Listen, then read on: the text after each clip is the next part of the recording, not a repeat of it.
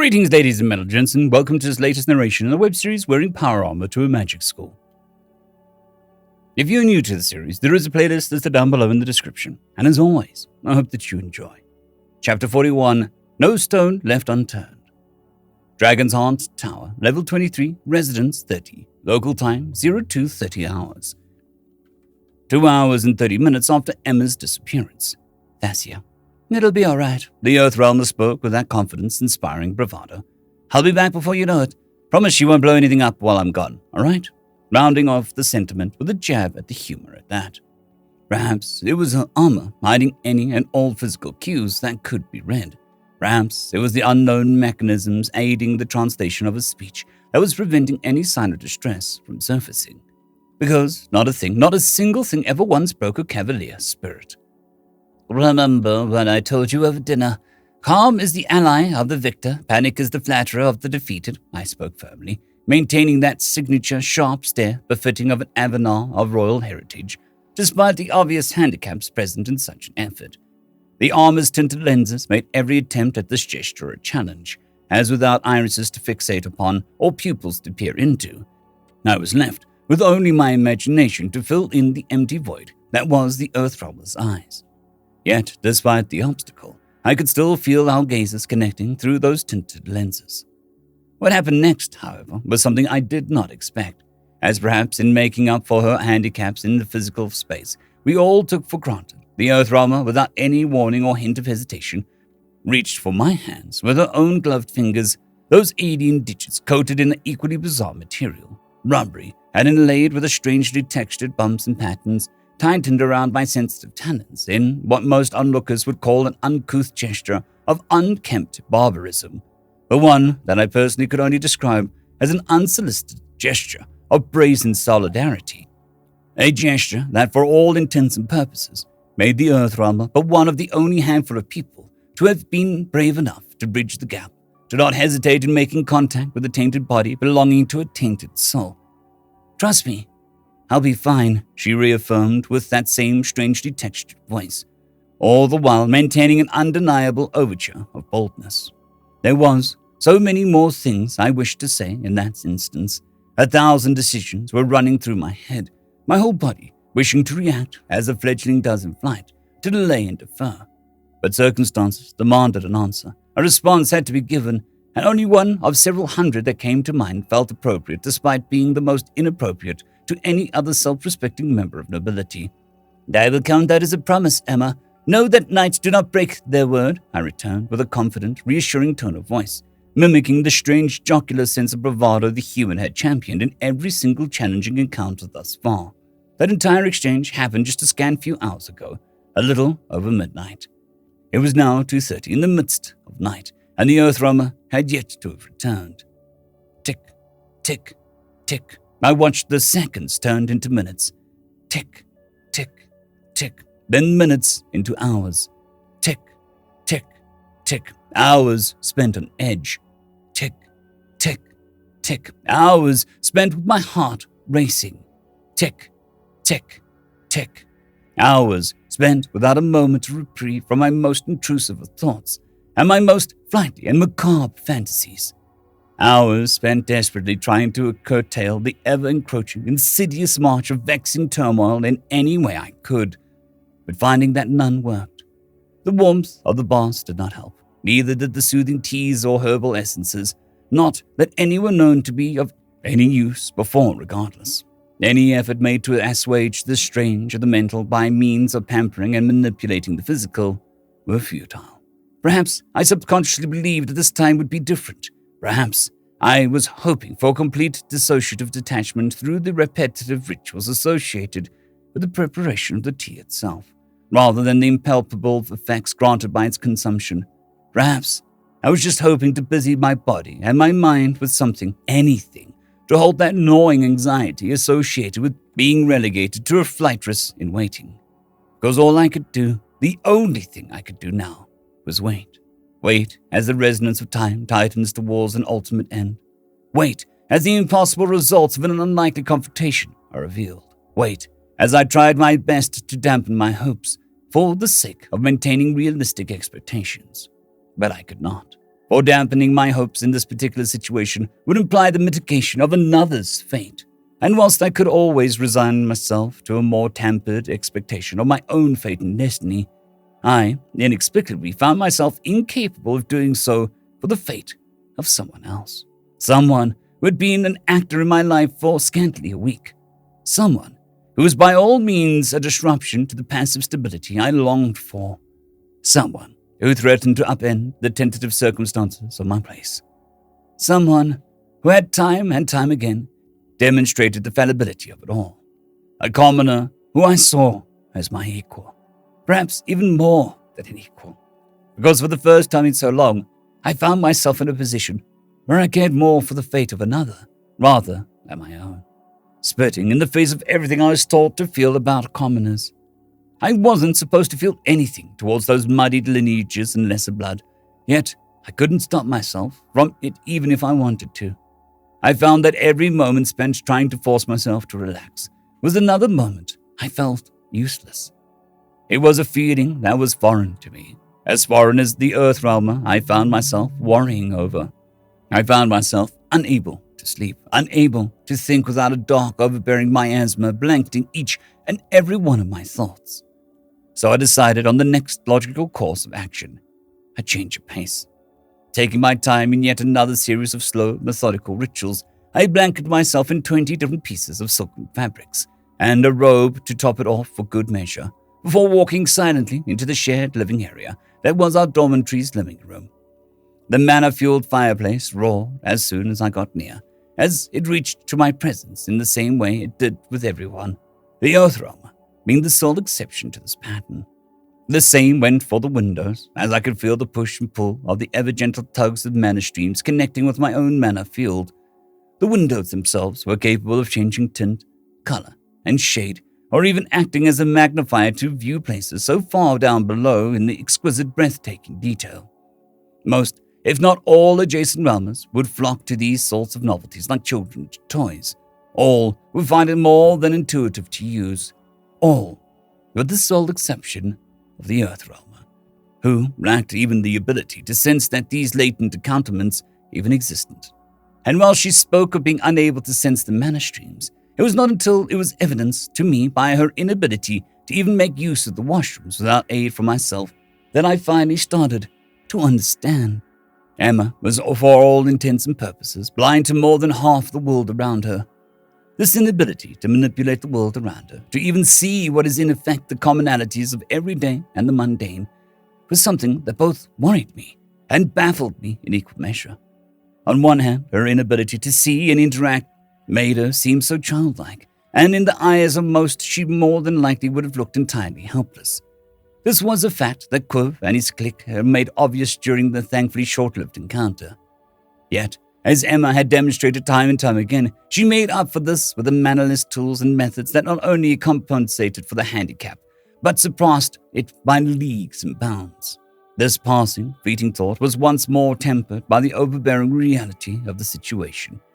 As despite Emma's capabilities, despite all that she demonstrated, if push came to shove and she was faced with the wrath of a black-robed professor. "Can't sleep, princess," a gravelly baritone voice broke me out of my all-consuming reverie, one that was distracting enough to override my typically cautious sensibilities that would have otherwise sensed the Lupinar prince from half a room away.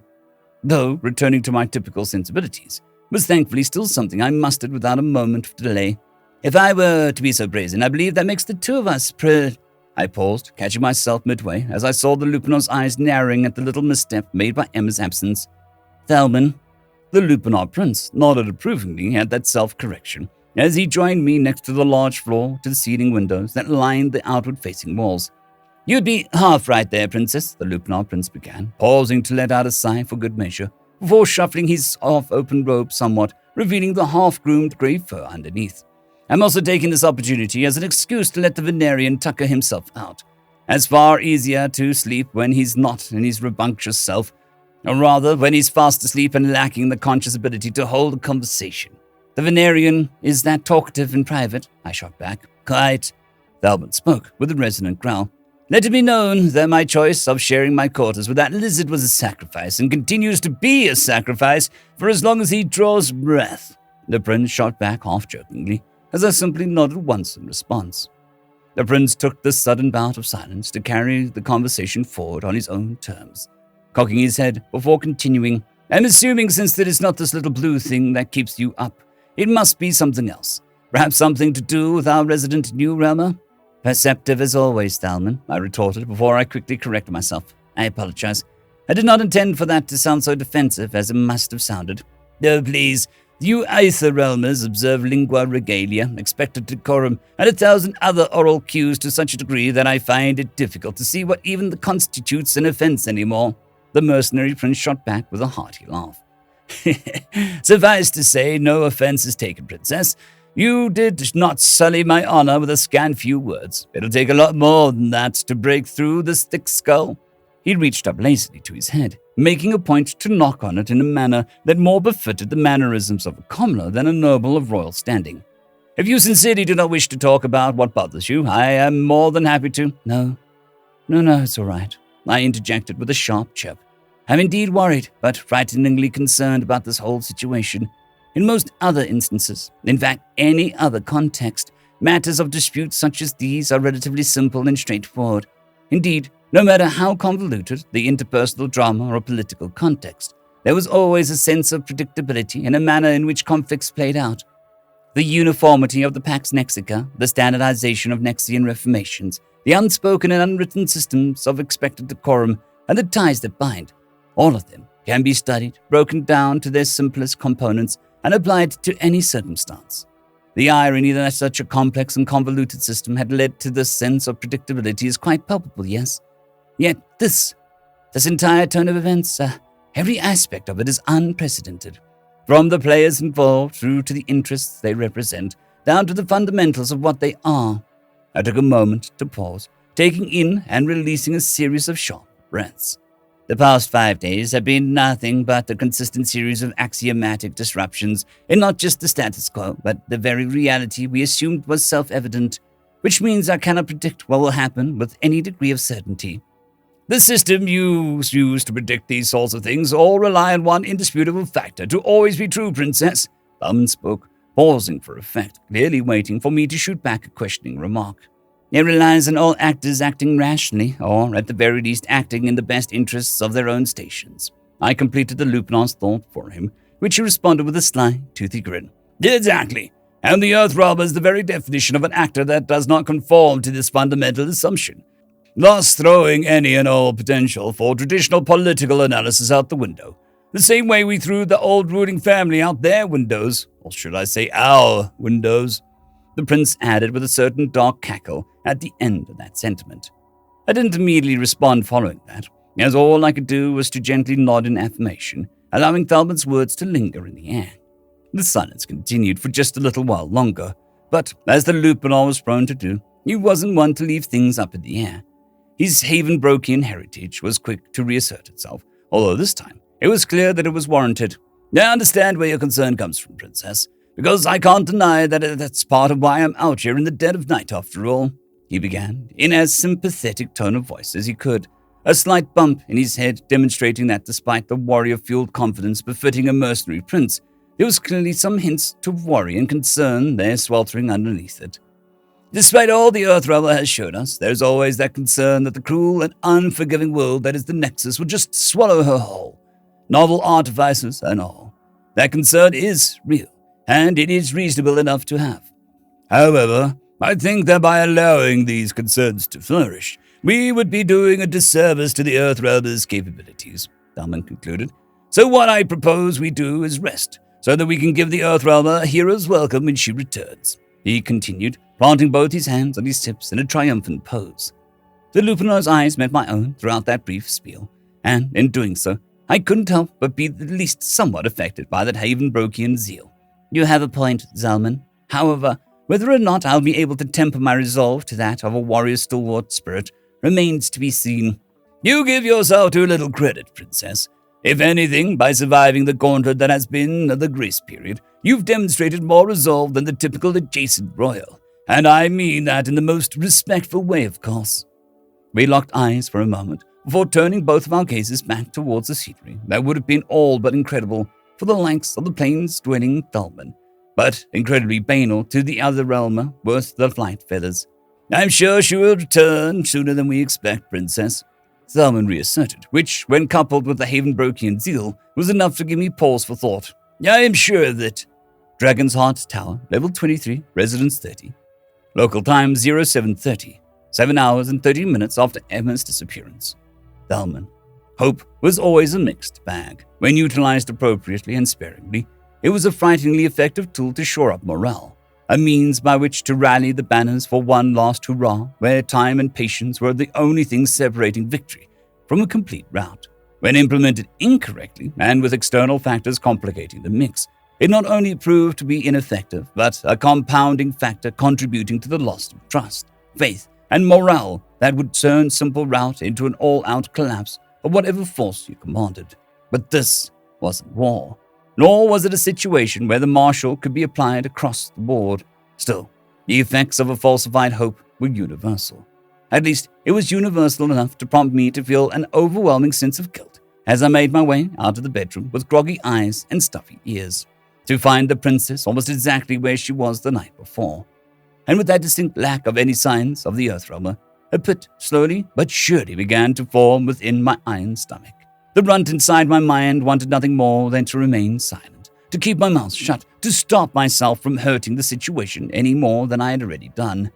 It hurt to speak, to address one's failures, to face oneself head-on. Felt like I was back in the proving dens, trying to speak with an iron muzzle affixed to my face.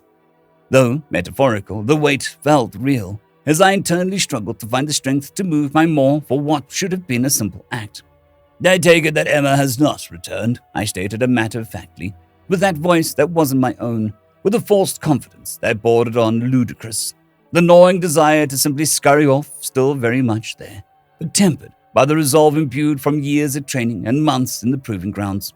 No, the Avanar princess responded with that same decidedly cautious tone of voice, never dipping too far into outright defeatism, but never once stepping into the realm of optimistic either.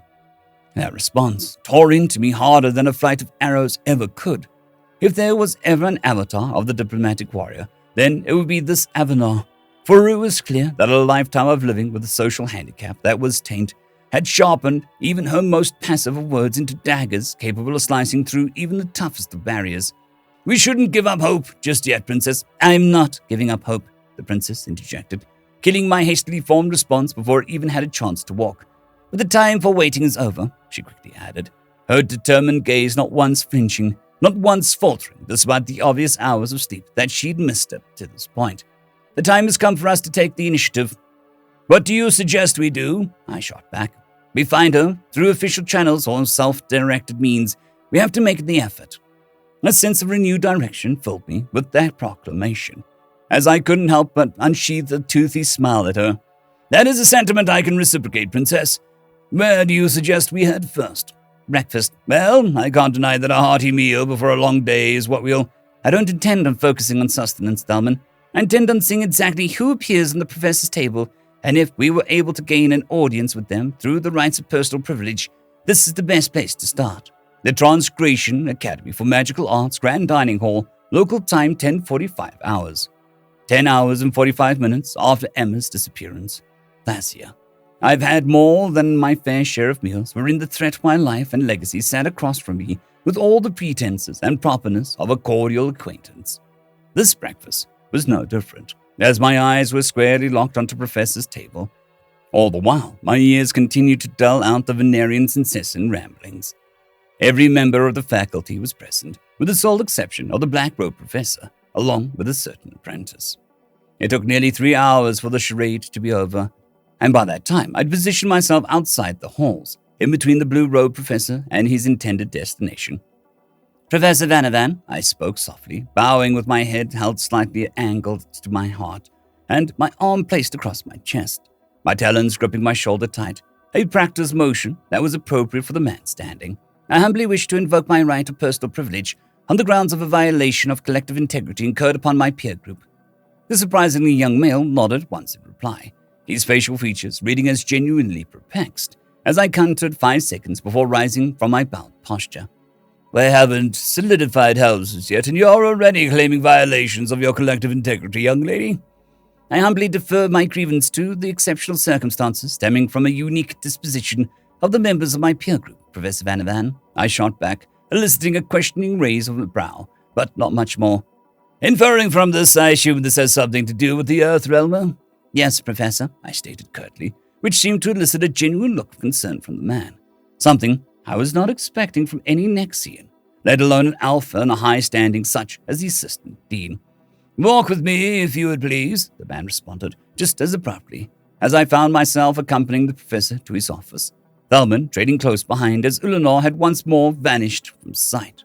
The Transgration Academy for Magical Arts Faculty Tower, the offices of Assistant Dean's offices, local time 14:45 hours. 14 hours and 45 minutes after Emma's disappearance. Dacia. Pleasantries were exchanged for the most part, and after we'd arrived at the man's office, we were forced to wait a solid 2 hours before he'd seen us, though, considering our place within the social sphere, the wait was more than reasonable, at least by Nexian standards. What was not reasonable was the wishy-washy back and forth between myself and the blue-robed professor, as the unpleasant and rather rude presumptions on his office was revealed to me one conversation at a time. The man was nothing but a pliable placeholder, inhabiting a role that existed solely to facilitate the whims of the office he was second to, and acting nothing more than a figurehead to lay out one's grievances, perhaps tricking the lesser adjacent robbers into believing progress was in fact made due to his title and that alone. But it quickly became clear to me that the man was nothing more than a chancellor to a duke or a prime minister to a king. The title was there, but the authority was not. Still, I spent those 2 hours committing, like a hawk having sunken its talons into its prey. I did not relent, until finally the man was freed from his duties by yet another from the faculty. The red-robed Balnar interrupted our conversation, prying the man from my talons and into a waiting embrace of some meaningless meeting. We ended up outside the professor's office with what felt like progress made, but that I knew was little progress at all. He, was far more forthcoming than I initially assumed would be possible, Dacia, Thelman spoke, as I put up a privacy screen while staring blankly at the town below. You did exceptional work with 4 hours and not one step closer towards our goal, Thelman, I muttered out in defeat. The man's nothing more than a seat warmer atop a throne. Surely 4 hours with the Assistant Dean is enough to warrant some manner of faculty response. Potentially, possibly. I could sense some personal agenda there, but considering the man's fortitude, I doubt he will actually act on it. So, what now? We need to pursue other avenues of discourse. Perhaps narrow down the whereabouts of apprentice Lariel. Emma did mention that she holds a life debt to her, did she not? We may be able to utilize that as an adjacent benefactors of Emma's debts owing to her absence. I managed out, garnering the look of introspective thought from the likes of Thelman. We'd be running around the castle trying to track down one individual, then. Considering the alternative, which is sitting around for the fate to hand us while peer, I do not see an issue with this. Owen took a few moments to consider those words carefully, before pressing on. We were able to evade detection to see the Earthrealmer's arrival, were we not? Yes, that was decidedly a rather brash decision on your part, and a challenge that likewise you posed in the Venerian, but I was genuinely surprised we were able to get as far as we did then. Let us do that again, except this time we'll peer into as many areas of the castle as we can. Are you certain that's wise? Wise? Perhaps not, but it is a necessary step in ascertaining the whereabouts of our friend. Absolutely. With 2 plans in motion, with similar trajectory, it was clear that we had a path ahead of us the rest of the day. So we both have our own assignments for the day. Thelman nodded, maintaining that ever-confident grin of his all the while. We meet for dinner in the Grand Hall, then we continue our efforts through the night. The Transgration Academy for the Magical Arts. Grand Dining Hall, local time 19:45 hours. 19 hours and 45 minutes after Emma's disappearance. Thelman. The exhaustion threatened to give away my afternoon's antics. I was thankful then that my training in the proving grounds made it so that masking of such obvious signs of physical strain was very much second nature. No, there was nothing to save the mental exhaustion that had begun taking its toll. Arriving at our table and seeing Nathasia's visage still piercing and determined, her eyes squarely focused on the professor's table once more, it was clear that none of us were getting any closer to our goal. The weight of the pressure started growing increasingly unbearable with each and every passing hour. Though, from the outside, I doubted anyone could have told that that was the case, given the facades that we held in the midst of hundreds of other facades. Any progress? I muttered out after deploying a privacy screen. No. Then we'll be searching until curfew hits. That's the plan, Talman. Dragon's Heart Tower, level 23, residence 30, local time 0300 hours. 27 hours after Emma's disappearance. Thasia. An entire day. It had been an entire day and a good part of the night that Emma had gotten missing. We tried everything we were capable of, from physical scouting to magical surveys. Thelmond and I did everything we could think of. Yet there was no sign of the Earthrealmer. Exhaustion threatened to take me, but fear and anxiety were powerful wards against the ever-encroaching specter of fatigue. We will resume the search in the morning, Thasia, Thelmond spoke, approaching me, as he did the night prior, gilded robes and all. I can only hope that the sunrise will be shared between all of us, I replied, without much in the way of emotive effect, as my eyes remained fixated on the only point of interest in the late into the night. No sooner did I say that, did my benign point of fixation suddenly change. It was bizarre, almost imperceptible to most in the day, save for Avenars gifted with sharp sight. But in the dead of night, this sudden display of brilliant light was obvious to even those who lacked the sight of an Avenar or Lupanar. Thelman, did you see that from the town? The Lupanar hadn't yet found the words, before an earth-shaking rumble suddenly made its presence known through the epochs-old stones of the castle. This was subsequently followed by a sizable rumble, audible throughout the previously dead and silent air. None of us spoke. Not a single one of us dared to vocalize anything at all, as we all eventually saw evidence that would prove that neither of us were suffering from the exhaustion-derived delusions, as smoke and wisps of vibrant light began billowing out slowly from the far side of the town. Dragon's Heart Towers, level 23, residence 30, local time 0340 hours. 27 hours and 40 minutes after Emma's disappearance. Thasia. Neither of us moved from the spot, even as we heard the telltale signs of a crowd forming at the far end of the hall, more than likely concentrating near the small lounge that nobody to this point had bothered to occupy. Unbridled fear permeated the both of us, as rich, turbulent streams of mana emanated from the source of the explosion, followed by the appearance of a beast that had only appeared in a handful of times in tomes back home. We were glued to the glass, our eyes witnessing what our minds could not process, before finally we heard a sudden thwack and the front door slamming open. There, with light from the halls casting a wide shadow on the figure occupying its frame, was the armored Earthrealmer. We looked at each other from across the wide gap that was the room. Neither of us moved, neither of us spoke, but as the door behind the human slammed shut, so too did the world suddenly feel as it had caved in on itself. He was there, that my talons began to move on their own as I walked forward, wordlessly, towards the armored human who remained as still as the statues that flanked the grand halls. There, I found myself staring up into the human's eyes through her opaque lenses. I couldn't say anything. Words refused to come to either mind or beak as my breath hitched up higher and higher, until finally I felt strangely textured glove on my back, and the weight of an entire world lifted off my shoulders along with it.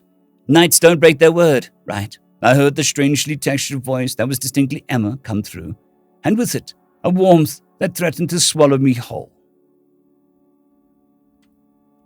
End of chapter.